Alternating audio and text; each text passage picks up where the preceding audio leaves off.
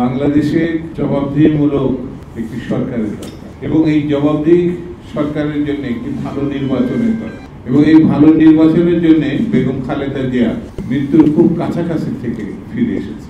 তাকে চিকিৎসা পর্যন্ত হাসিনা করতে দেয় নাই, মুক্তি তো দেয় নাই। মিথ্যা মামলায় তাকে নিম্ন আদালতে 5 বছর, উচ্চ আদালতে সেটা বাড়িয়ে 10 বছর সাজা করেছিলেন। তিনি 6 বছর জেলে ছিলেন। সেই লড়াইয়ে বাংলাদেশ মুক্ত হয়েছে।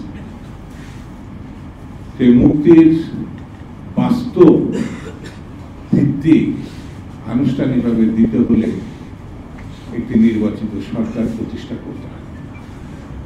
এখন যেটি আমাদের গত 16 বছর ছিল না, এখনো নয়।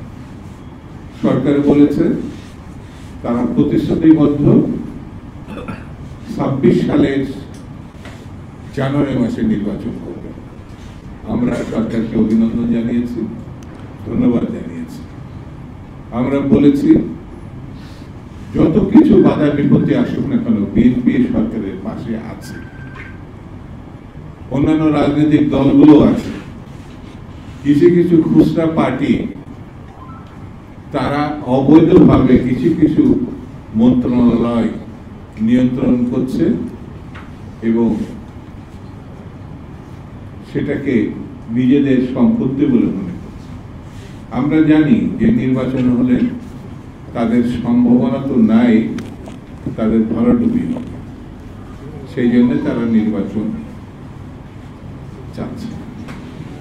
কিন্তু কোন পার্টি চাইলো কি কোন পার্টি চাইলো না, এর থেকেও বড় কথা হচ্ছে রক্তে স্নাত বাংলাদেশে যে দাবিতে আমাদের ছেলেমেয়েরা আত্মহত্যা দিয়েছে স্বৈরতন্ত্রের পতন ঘটিয়ে গণতন্ত্র উত্তরণের জন্য, সেটিতে বাদ দেওয়া যাবে না, সেটিতে ভোলা যাবে না, সেটি কোনোভাবেই গ্রহণযোগ্য।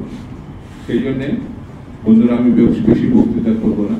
এই আগস্টে দাঁড়িয়ে আমাদের শপথ নিতে হবে যতক্ষণ পর্যন্ত নির্বাচিত সরকার প্রতিষ্ঠা করতে না পারবো ততক্ষণ পর্যন্ত আন্দোলন অব্যাহত থাকবে। এই আন্দোলনের পরিসমাপ্তি হবে না। জবাবদিহি সরকার মানুষের কাছে প্রতিশ্রুতিবদ্ধ থাকে, জবাবদিহি সরকার আইন মতো চলে, জবাবদিহি সরকার বিশ্বের সমর্থন পায়, জবাবদিহিমূলক সরকার এলাপালার কোনো বিষয় না। মানুষের ভোটে, মানুষের সমর্থনে, মানুষের ইচ্ছায় পরিচালিত হয়।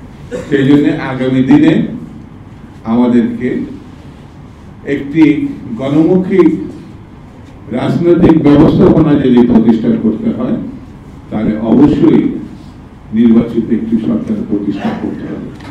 এই লক্ষ্যে আমাদেরকে ঐক্যবদ্ধ থাকতে হবে এবং সামনের দিনগুলোতে এগিয়ে যেতে হবে। আমি সকলকে ধন্যবাদ জানি। আমি আমার আজকে বক্তব্য শেষ করছি। খুদা হাফেজ। বাংলাদেশ জিন্দাবাদ।